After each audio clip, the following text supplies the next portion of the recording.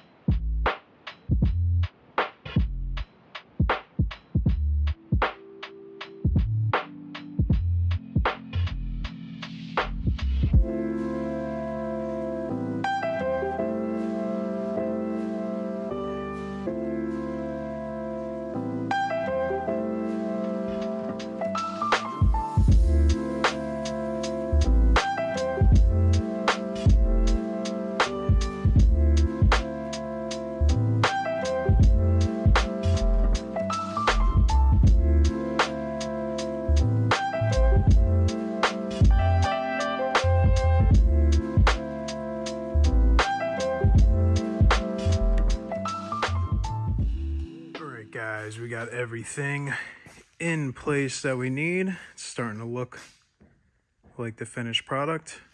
Obviously these are all straightened and tacked in place.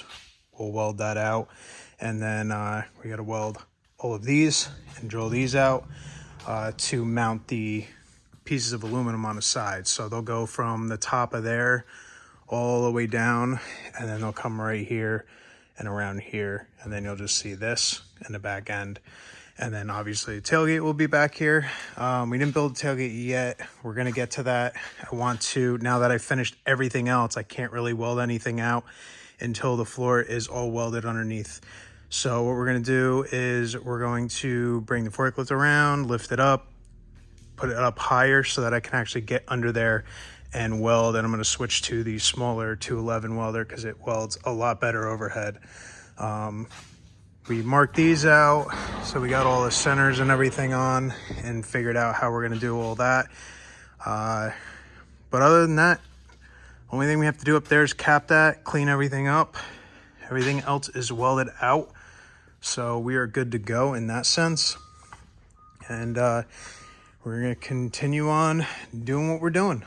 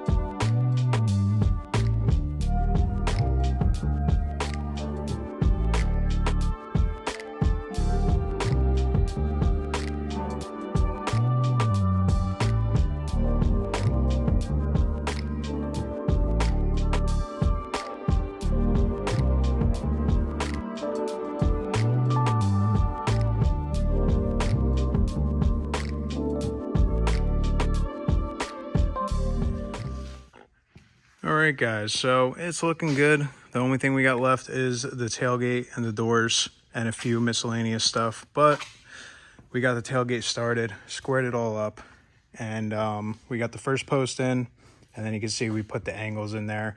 Just sort of showing you right now, those still got to get cleaned up, welded in and everything, but I might end up adding a few more. It all depends on how they space. Seems like they're good spacing, but maybe one more would help the spacing a little bit more. This is for the mower to go up and down, so it will be pretty much flipped and mirrored onto this side. We'll have a center brace, and then we'll have the expanded metal. This shouldn't weigh too much. Should be roughly around 150 pounds, hopefully. We'll see what happens when it's all said and done. If I can pick it up, I know it's light, but we will see what happens. But with that, thank you guys for watching, and as always, subscribe, like, comment, share if you're liking the series, liking the YouTube channel, and I will see you guys in the next video. Peace out.